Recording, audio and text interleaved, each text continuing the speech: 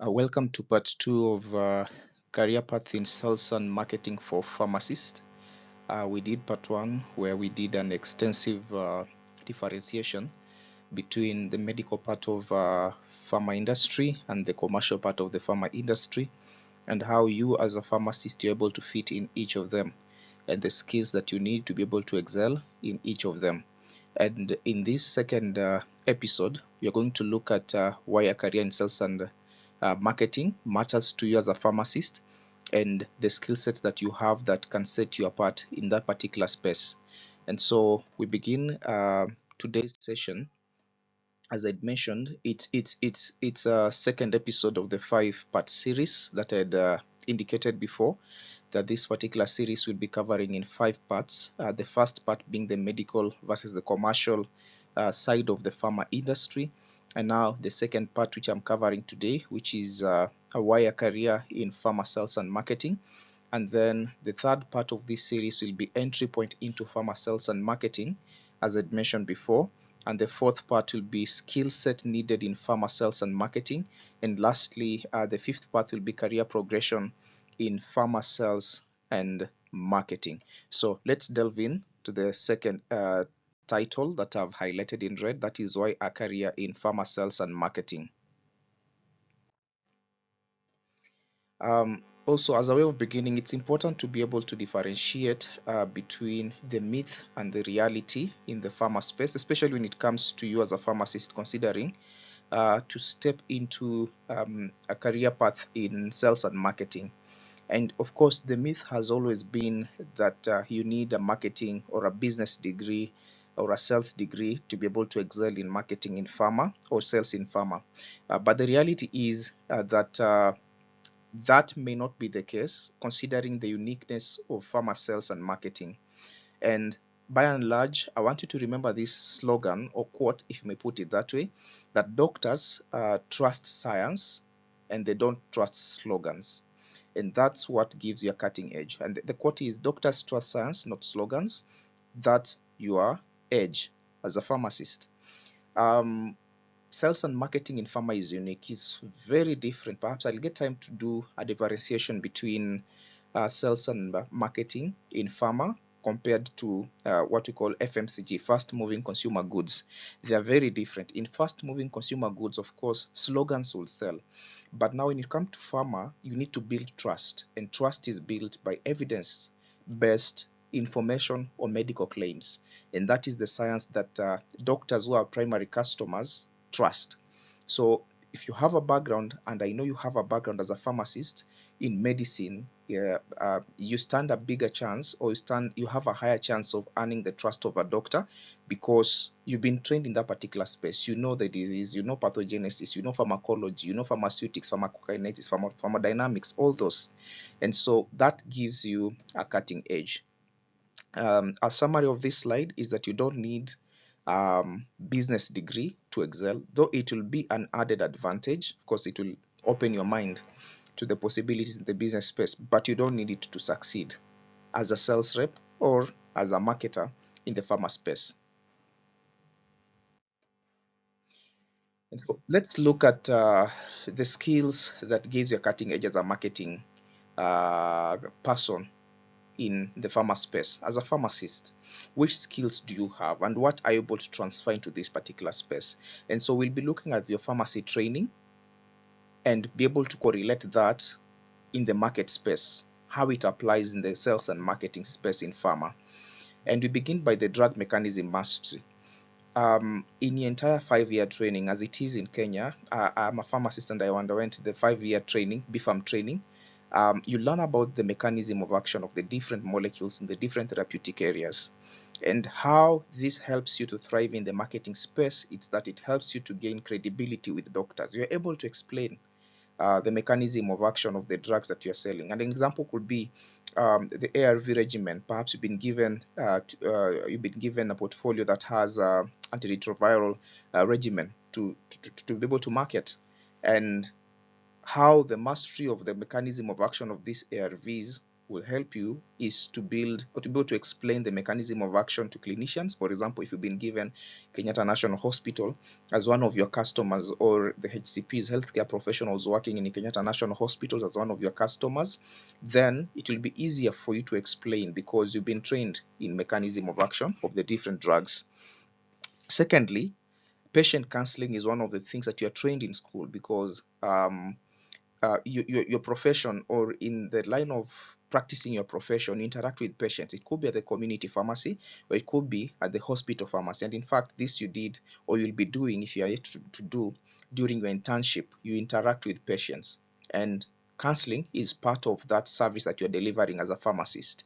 And how you translate this skill into the marketing space is consumer behavior insight, because when counseling a patient, you're able to pick several cues about this patient, and knowing how best to package the information in to deliver to them so that they're able to receive it and be able to put into action, be it in medication adherence, be it in if they're to report any adverse reaction, side effects, and all that.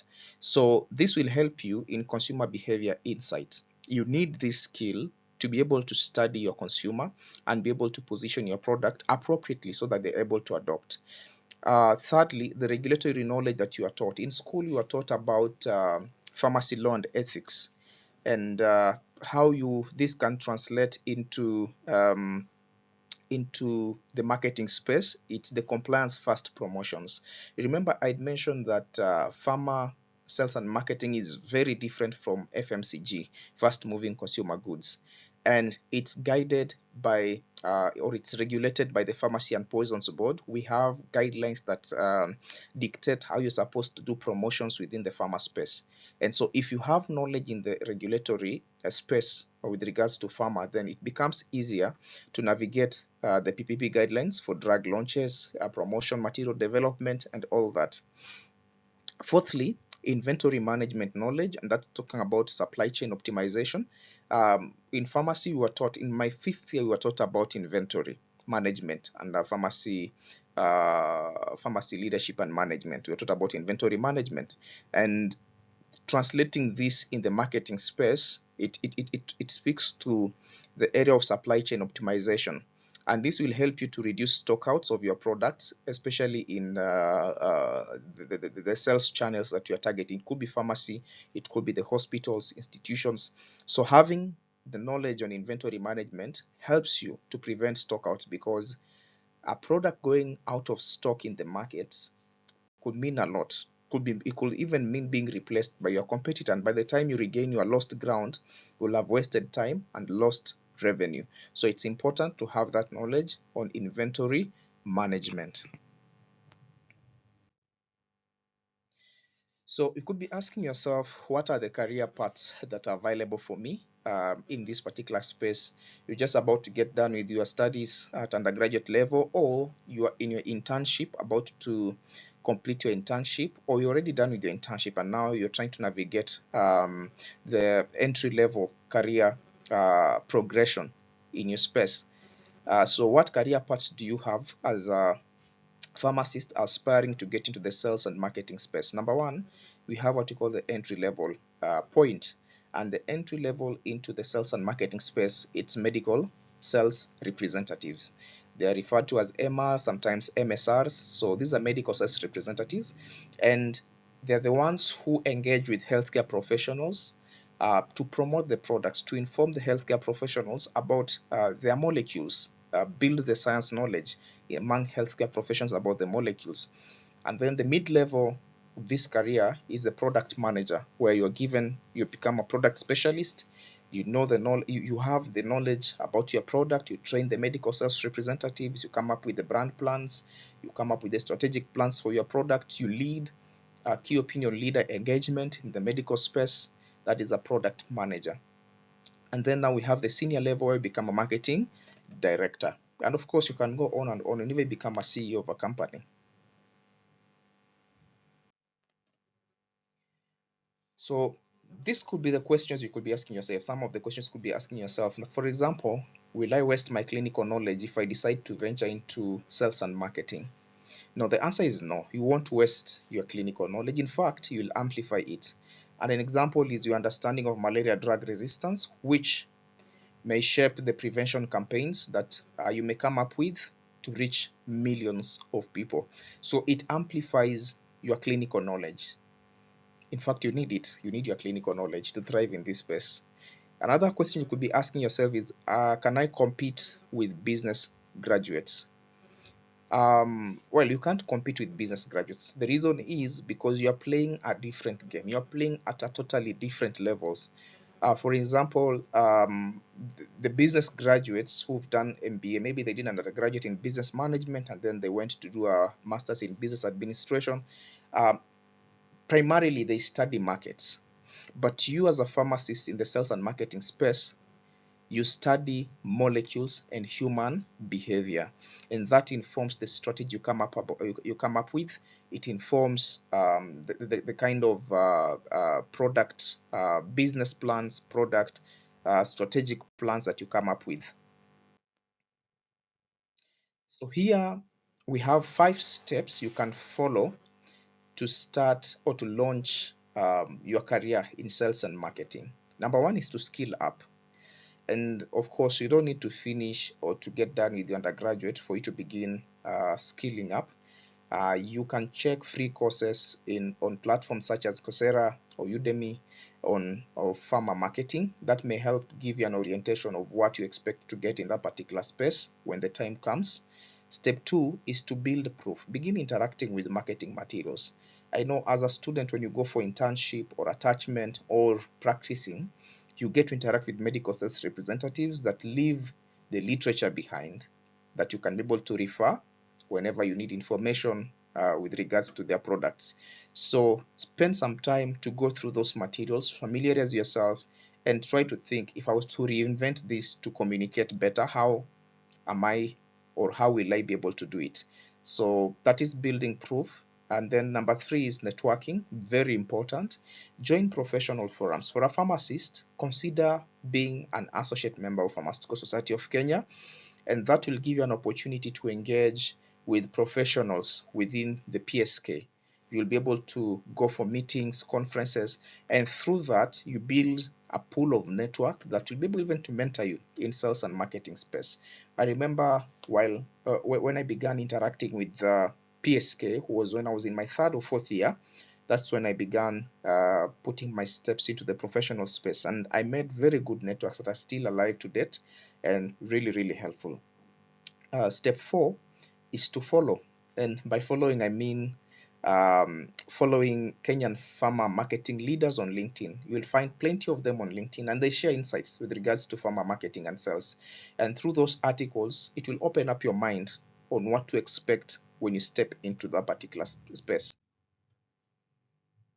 And lastly, the 5th step is to apply for a commercial internship at pharma companies. Of course, when you apply for an internship, you may not necessarily be paid as a professional, but some companies give a stipend to keep you moving and others don't. But I want you to always remember the bigger picture when you're applying for an internship position. You're not necessarily applying for a job, but you're applying to gain knowledge. Personally, it might be different from how you take it, but personally, when considering an internship position, back when I began my career, I will look at what am I going to learn. That I'll consider as my payment. Of course, if there's an extra pay that comes as a stipend, I'll appreciate. But primarily, my mode of payment was the knowledge and the experience I was getting. And not all companies do pay, but there's few that pay. So you may consider applying for commercial internship positions in such companies just to gain experience and knowledge on sales and marketing. Of course, this is not taught in undergraduate. It's not taught in undergraduate, and the best form of learning is learning by experience. When you fold your sleeves and get your hands into the work, you get to learn a lot, as opposed to just learning theoretically online what sales and marketing is all about. And so as I close, I'll pose 2 questions to you, and the first 5 people to respond to the questions, I'll get to review their CV and maybe make recommendations on areas of improvement. And so the first question, you can drop your response in the comment section. I'll appreciate, and then I'll be able to pick up the conversation with you. What's your biggest fear about marketing? You've been considering to step into sales and marketing. What's your biggest fear? You can drop your response in the comment section. And the second question is, which Kenyan pharma brand would you love to lead? Which Kenyan pharma brand would you like to lead, or would you like to work for? Please also drop your comment in the comment section. I'll appreciate your responses. And remember, the first 5 respondents will get my personal CV review and recommendations on how they can make it ATS compliant.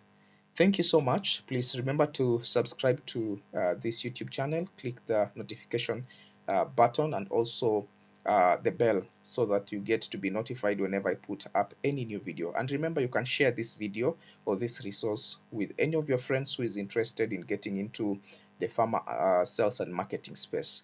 Thank you. See you next time.